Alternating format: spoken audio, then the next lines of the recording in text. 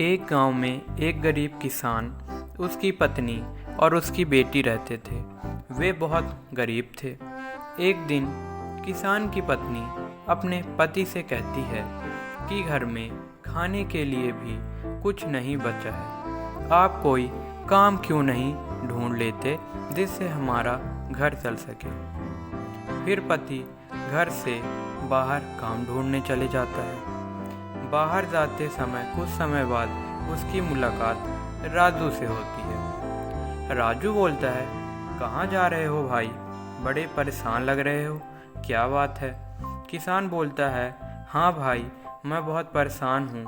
मेरे घर में खाने के लिए भी कुछ नहीं है और मुझे कोई काम भी नहीं मिल रहा है। राजू बोलता है, भाई तुम सेठ जी के घर चले जाओ और अपनी समस्या बताओ, वो ज़रूर तुम्हारी मदद करेंगे।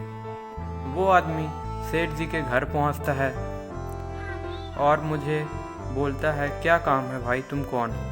किसान बोलता है, सेठ जी, मैं बहुत गरीब किसान हूँ। मेरी बस आपसे एक ही विनती है कि आप मुझे कोई काम दे दें। सेठ बोलता है, मैं तुम जैसे लोगों को बहुत अच्छे से जानता हूँ। तुम लोग पैसों के लालची लोग हो। मैं तुम्हें कोई काम नहीं दूंगा, निकल जाओ मेरे घर से। किसान बोलता है, सेठ जी, मैं बहुत उम्मीद लेकर यहाँ आया हूँ, कृपया मेरी मदद कीजिए।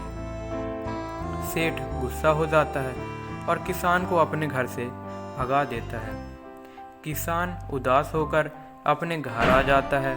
उसकी पत्नी बोलती है, आपको बहुत देर हो गई।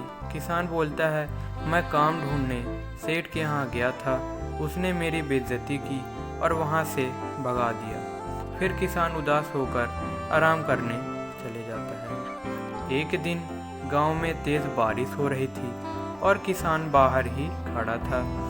देखा कि सेठ बारिश में भीगते हुए जा रहा था। उसने सेठ को अपने पास बुलाया और सेठ को अब कहता है, अब मेरे घर आ जाइए जब तक बारिश हो रही है। किसान सेठ को आदर के साथ अपने घर में लाता है और अपनी पत्नी से कहता है, सेठ जी के लिए चाय बना दो। सेठ कहता है, नहीं, रहने दो भाई, बारिश रुक गई है, मुझे एक ज़रूरी काम से जाना है। तुम तो दिल के बहुत अच्छे हो किसान भाई, मुझे उस दिन के लिए माफ़ कर दो, तुम कल से काम पर आ जाना। किसान बोलता है, सेठ जी, मैं ज़रूर आऊँगा। इस तरह इस कहानी की हैप्पी एंडिंग हो जाती है।